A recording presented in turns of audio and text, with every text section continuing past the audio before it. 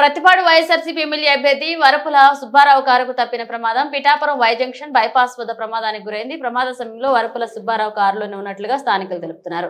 Car air bags open కావడంతో పెను ప్రమాదం తప్పింది. బెండపూడి అల్లూరి సీతా వరలక్ష్మి కారు అలాగే కాకినాడ వెళుతుండగా పిఠాపురం అగ్రహారం దగ్గర గేదెలు కారు కడ్డు రావడంతో కారు డ్రైవర్ సడన్ గా బ్రేక్ కొట్టడంతో వెనుక వస్తున్న వరపుల సుబ్బారావు కారు కంట్రోల్ అవ్వకపోవడం వల్ల ఈ ప్రమాదం చోటు చేసుకుంది. ఈ ఘటనపై పూర్తి వివరాలు తెలియాల్సి ఉంది.